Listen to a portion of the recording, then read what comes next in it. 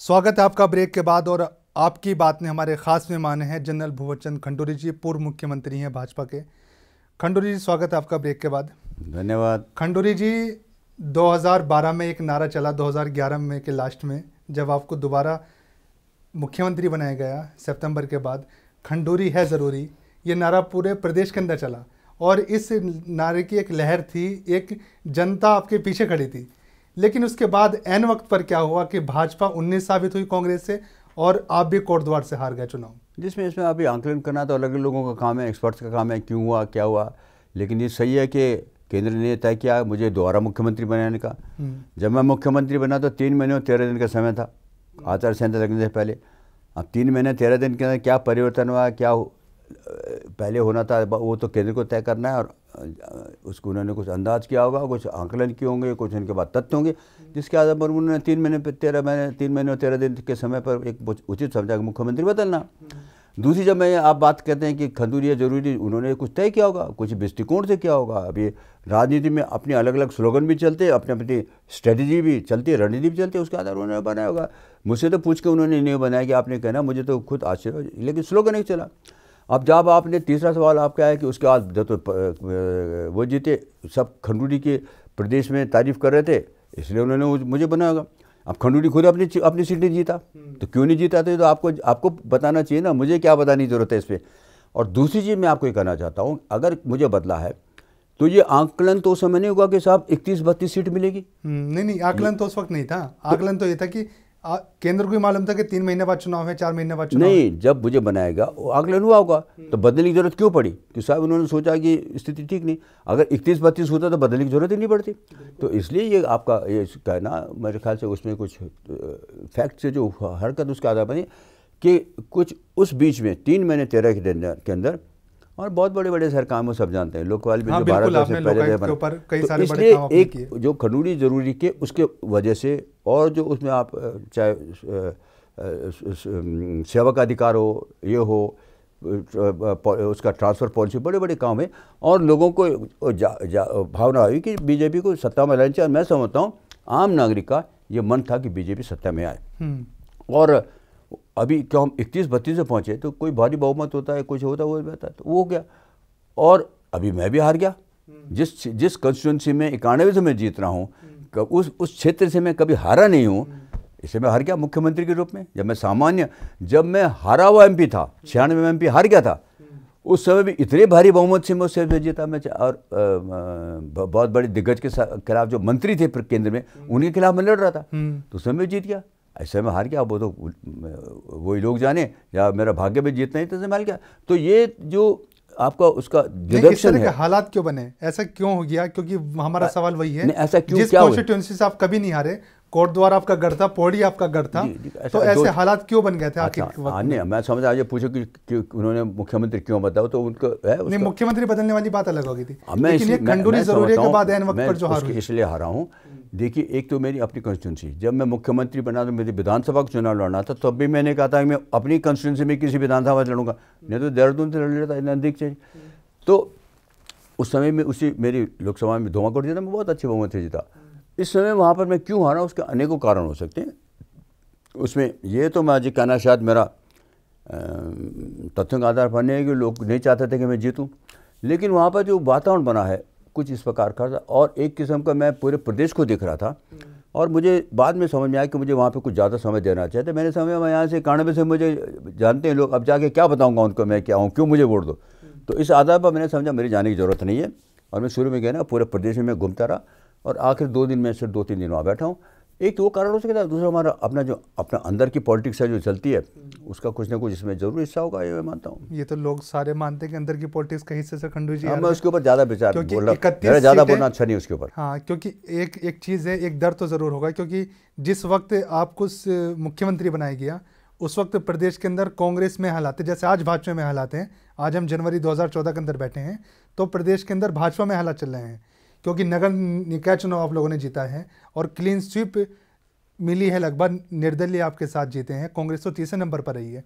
तो भाजपा में हालात हैं आज के टाइम में, लेकिन उस वक्त कांग्रेस में हालात थे और लोग कहते हैं कि 31 सीट अगर भाजपा लाई है तो खंडूरी जी के दम से लाई है, लेकिन खंडूरी जी का खुद का आना एक कहीं ना कहीं दुर्भाग्य था। ऐसे उसको कहिए दुर्भाग्य कहिए, मैं कहूँ आश्चर्यजनक जरूर है, दुर्भाग्य सौभाग्य तो लोगों को कहते करना है, लेकिन मैं समझता हूँ कि जो भी कारण हो, कुछ न कुछ कारण तो उसमें होंगे, और दूसरे कारण तो मैं बताना उचित नहीं समझता, दूसरों को भी दोष देना वो उचित नहीं समझता, वो दोष जो लोग जानते हैं। लेकिन मैंने वहाँ पर अगर मैं पढ़ा रहता बराबर जांच करता, मैंने समझा पूरे प्रदेश की 70 सीटों में मुझे जाना है, और मैं आपको बता रहा हूँ मैं वहाँ पर मेरे रहने का प्रोग्राम बिल्कुल नहीं था। मैंने कहा कि लोगों को मुझे कहने की ज़रूरत नहीं, क्या कहूँगा मैं उनके पास 20-22 साल के बाद कि मैं क्या हूँ, जो मैं 20 साल पहले था वही हूँ। तो इसलिए कहीं ना कहीं उसमें ये होगा कि शायद मैंने कम समझ है, लेकिन उसके अलावा भी और बहुत सारे काम है जो हमारे अंदर के हिसाब किताब, उसमें कोई समस्या है। लेकिन मैं आपको मज़ेदार बताता हूँ, उसके बाद जब मैं हार के वहाँ मुख्यमंत्री कहने, तो सब लोगों को बहुत, जिन्होंने शायद मुझे वोट नहीं दी वो भी बहुत गमगीन थे, कर रहे थे, तो शायद उन्होंने नहीं सोचा था, उन्होंने कहा हम तो वोट दे रहे हैं तो जीतेगा। और मैं 2-3 दफ़े गया, लोग बहुत मायूस थे उधर थे। तो मैंने पब्लिक मीटिंग में कहा आप तो कोई मायूस होते थे, क्यों होते हैं, मैं हार गया, मेरी किस्मत में जीतना नहीं था, आपको अपने आप को दोष क्यों देते हैं। तब उनके मन में थोड़ी ऐसा लगा सूरत बन के चेहरा है, तो हार गया क्या कर सकते हैं। और ये है, और मैं जब बता रहा हूँ कि 2096 में जब MP का चुनाव पहले दफ़े में जीता, जब मैं फौज से आया था, दूसरी दफ़े में जब मैंने 5 साल बहुत अच्छा काम किया, मुझे मुख्य सचेतक 2 साल के बाद मैंने कहा जैदी साहब जो भारत के इतिहास में कभी हुआ नहीं। हाँ बिल्कुल, लोग भारतीय जनता पार्टी जैसे बड़ी पार्टी में जहाँ पर 5-5-6 टर्म वाले MP थे जिनको बनना चाहिए था, मैं पहले टर्म का MP 1.5 साल 2 साल मुझे बना दिया। हाँ, तो सड़क परिवहन का वो जिम्मा दिया, और लोग वो तो बहुत बाद में दिया, मैं तो पहले टर्म की बात कर रहा हूँ। पहले टर्म में जब खुरानी वगैरह हमें चीफ विप थे, खुराना जी फिर पांडे जी थे, उसके बाद ये चले गए प्रदेशों में, तो खाली हो गई जगह। तो पार्टी ने मुझे तो बहुत कुछ दिया था, इसलिए मैं पार्टी के अंदर जो कुछ भी है उसमें कोई नहीं। लेकिन मैं कहता हूँ कि मैं जब MP उतने होने के बावजूद, जब लोग कहते थे माननीय अटल जी एक दफ़े कोटद्वार उससे चुनाव में आए थे, 96 के चुनाव से पहले, और उन्होंने लोगों को कहा था देखो साहब यहाँ खंडूरी जी को जीतना तो इन्होंने नहीं, पर इनको भारी बहुमत से जिताइए, और उत्तर प्रदेश में अगर 85 में से हम 5 सीटें जीते तो 1 सीट है, मैं हार गया उधर, जो भी कारण उसके कारण। और उसके बाद जब मैं सांसद नहीं था, कुछ नहीं था, पहले टाइम में के बाद हार गया था, उस समय 1,75,000 वोट से मैं जीता, उसी कैंडिडेट से 1,75,000 बात तो जीता नहीं, बहुगुणा जी वहाँ से 1,75,000 जीते, 1,75,000 वोट से, जब मैं कोई पद मेरे पास नहीं था सर, तो जीत गए थे। ये लगा रहता था, मैंने उनको आप बुरा मत मानिए, हो गया, मेरी किस्मत ही नहीं जीता, खत्म हुई बात। आप उसका और क्या कारण है, तो अगर हो तो हम पार्टी के अंदर चर्चा करेंगे, तो आपसे तो उसके मैं चर्चा करूंगा नहीं, हम पूछ भी नहीं रहे, क्योंकि आकलन, चुनावी आकलन क्या है, अब समय बहुत बीत चुका है उस बात को, वो एक अलग मुद्दा है। लेकिन सिर्फ इतना ज़रूर है कि लोग जिस तरह की बातें कहते हैं कि पार्टी भाजपा कैसी भी हो, लेकिन खंडूरी जी अलग व्यक्तित्व है, अलग नेता हैं, एक बहुत दिग्गज नेता हैं, लेकिन उनके आसपास का जो माहौल है, जो उनके आसपास का एनवायरनमेंट है, वो ठीक नहीं है। ऐसा जैदी साहब, ये तो लोगों की कृपा है मेरे ऊपर, ऐसा कहते हैं। और जैसे मैं कहता हूँ मैं हार गया, उसके बाद भी शायद लोग और ज़्यादा मुझसे प्यार करने लगे, सम्मान को, तो लोगों की कृपा है।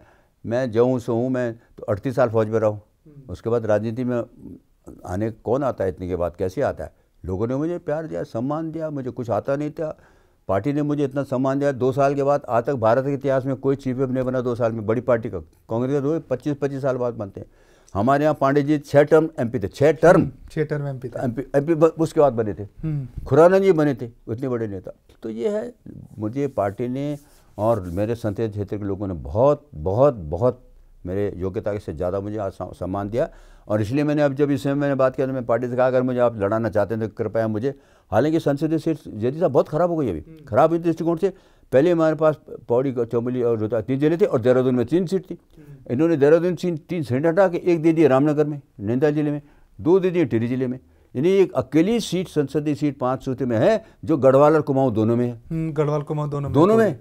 तो फिर भी उसके बाद मैंने कहा देखिए मैं अपने इतने 91 सिंह के साथ हूँ, तो अगर वो मेरी बात मान जाते हैं तो मैं लड़ूंगा। तो इसलिए आपस का जो मेल है, प्यार है, वो बना हुआ है। हार गया ही जीत के कोई बात नहीं। जो दूसरा सवाल था मेरा कि आसपास का एनवायरनमेंट जो है, आपके आसपास के जो लोग हैं, वो कहीं ना कहीं आपको वो करते हैं, क्योंकि बीइंग ए मुख्यमंत्री के तौर पर जो आपने कार्य किए, एक व्यक्तित्व, एक नेता के तौर पर जो आपने कार्य किए, लेकिन आसपास का जो आपका माहौल रहा, वो कहीं ना कहीं चर्चाओं में रहा। देखिए हर चीज़ में ऐसा होता है।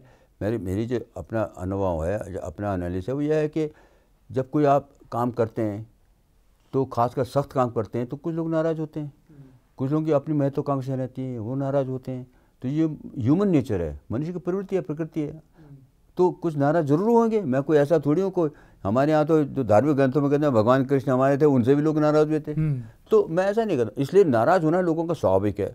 किसी एक व्यक्ति को आप कहेंगे सभी आपके साथ है, ऐसा होता नहीं है, मैंने नहीं। और इसलिए मेरे में भी बहुत सारे अवगुण होंगे, मेरे कमी में होंगी जिनसे लोग मुझे नहीं चाहते, या बहुत सारे लोगों की राजनीतिक महत्वाकांक्षा होंगी, वो पूरी नहीं हो रही मेरे। तो ये दिस ह्यूमन नेचर, प्रकृतिक है, इसमें कोई अपवाद जैसी बात नहीं है। होता है जो कुछ लोगों ने जो जिनको मुझे की वजह से नुकसान हो रहा था, जो समझता हूँ मैं ठीक आदमी नहीं हूँ, उन्होंने विरोध किया, स्वाभाविक है।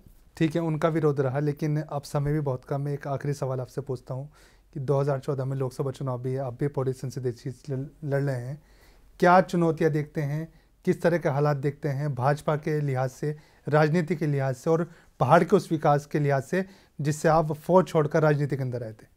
मैं अभी, मुझे पार्टी ने टिकट तो दिया नहीं है, इसलिए मैं ये नहीं कह सकता मैं यहाँ से लड़ूंगा, पर जैसे मैंने कहा था, मैंने प्रार्थना किया आपके, मैं 30 साल पहले आता हूँ कि जो पहाड़ क्षेत्र का, जिसके लिए जब राजनीति में आया था, इसका 2 मुख्य कारण थे, एक सैनिकों के बारे में और एक भारतीय जनता पार्टी ने कहा था उत्तरांचल बनाएंगे।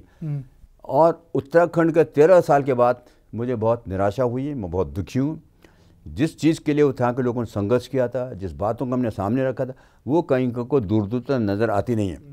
हमने सबसे बड़ा मुद्दा जो था कि हमारा भ्रष्टाचार, उत्तर प्रदेश में रहकर बहुत ज़्यादा भ्रष्टाचार हो गया, हमारा विकास नहीं हो रहा है क्योंकि भ्रष्टाचार की वजह से, हमारा पलायन हो रहा है क्योंकि भ्रष्टाचार की वजह से, पहाड़ों के अंदर कोई विकास नहीं हो रहा है क्योंकि भ्रष्टाचार में सब पैसे कागज़ पर दिखाई दे रहे।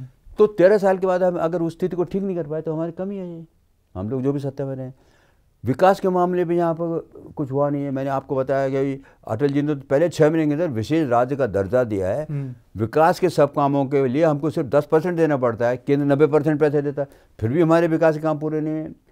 विशेष राज्य का दर्जा दिया, आर्थिक पैकेज दिया। जब हमारी सरकार तिवारी की सरकार थी तब प्रधानमंत्री जी ने, अटल जी ने उस समय दिया, यानी कि इनकी कांग्रेस की सरकार है, उत्तराखंड के हित में दिया। जो इंडस्ट्रियल पैकेज दिया 2003 से 2013 तक, वो तिवारी थे, हम लोग हार गए थे, पार्टी को बीजेपी लोगों ने हराया था। तो इसलिए हमारे प्रदेश का जो आज दुर्भाग्य है, बहुत मुझे चिंता होती है, दुख होता है। मतलब 13 साल बाद विकास नहीं हुआ, जिस स्थिति पर पहुंच गए थे उस स्थिति की तरफ हम बिल्कुल नहीं पहुंचे, हम भटक रहे। यहाँ तक देश और प्रदेश का सवाल है, देश की स्थिति बहुत खराब है। आज जिस प्रकार से भ्रष्टाचार इतना बढ़ गया है, कुछ सीमा नहीं है। महंगाई बढ़ गई है सीधे भ्रष्टाचार की वजह से, अराजकता बढ़ गई है भ्रष्टाचार की वजह से, प्रशिक्षण अक्षमता, दुर्भाग्य से डॉक्टर मनमोहन सिंह जी केंद्र में, सभी जानते हैं कि वो बहुत परेशान है, तो उनको कुछ काम नहीं करने जाता। अंतर्राष्ट्रीय पर हम सब लोग, हमको छोटे छोटे देश में आग दिखा रहे हैं, चीन हमारे देश में घुस जाता है। लोकायुक्त आप 2011 के अंत में लाए थे, उसे अब यहाँ पर निरस्त करने जा रही है, विधानसभा सत्र रखा है 13, 15, 16 में।